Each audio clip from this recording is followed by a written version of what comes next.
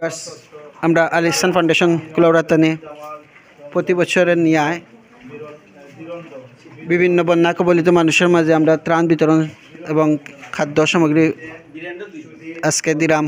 আজকে 2024 সালের দ্বিতীয় ধাপে আমরা বর্তমানে উপস্থিত আছি বশিমল ইউনিয়নের খাইরচক সরকারি প্রাথমিক বিদ্যালয়ের আশ্রয় কেন্দ্রের মধ্যে।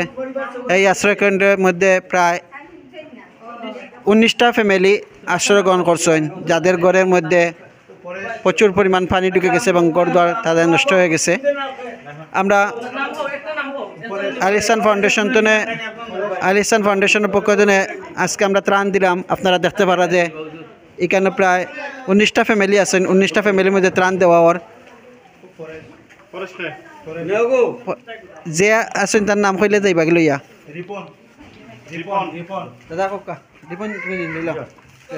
পানি আঁটু পানি আছে। আর আমরা 17 দিন হয়ে গেছে, আমরা বাড়ি চালা স্কুলে আছি। এর বাদে এমপি একদিন আইয়া দেখছেন, দেখা পরে চাউল দিছিলা 5 কেজি, আর বাদে অন্য এদি 15 দিন দিছেন চাউল আর তেলতা দিছেন, আর কিছু পাইছি না। আর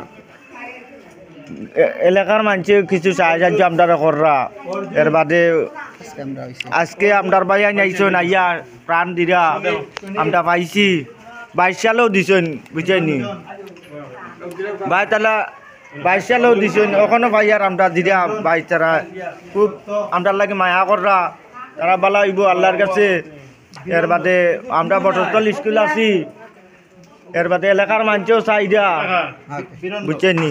ধন্যবাদ। এখন বর্তমানে বাড়িঘরের অবস্থা কি? বাইরে গেছে 17 দিনের মাঝে গেছি, গেলে অকলটা চালি গেছে, সবটা চালি গেছে।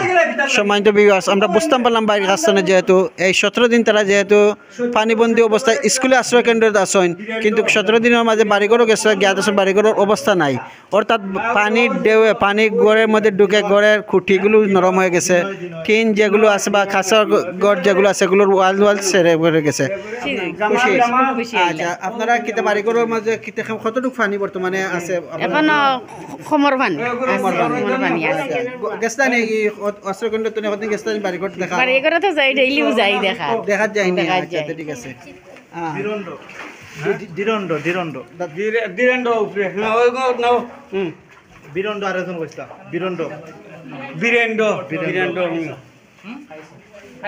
আমরা এখন খাইরচক আশ্রয় কেন্দ্রত আইছি। তো আমরা এখানে আইয়া তারা লিস্ট পাইছি 19 জনের।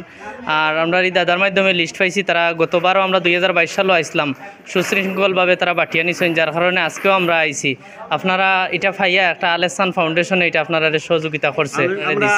আল ইহসান ফাউন্ডেশনরা আমরা খুবই ধন্যবাদ দেওয়ার, এবং পাশাপাশি আমরা যে এগুলা যে আজকে যে আপনারা এই সহযোগিতা করছেন, এটার লাগে আপনারা আল ইহসান ফাউন্ডেশনরা আমরা ধন্যবাদ, এবং যতটুকু সহযোগিতা করছেন আমরা সন্তুষ্ট।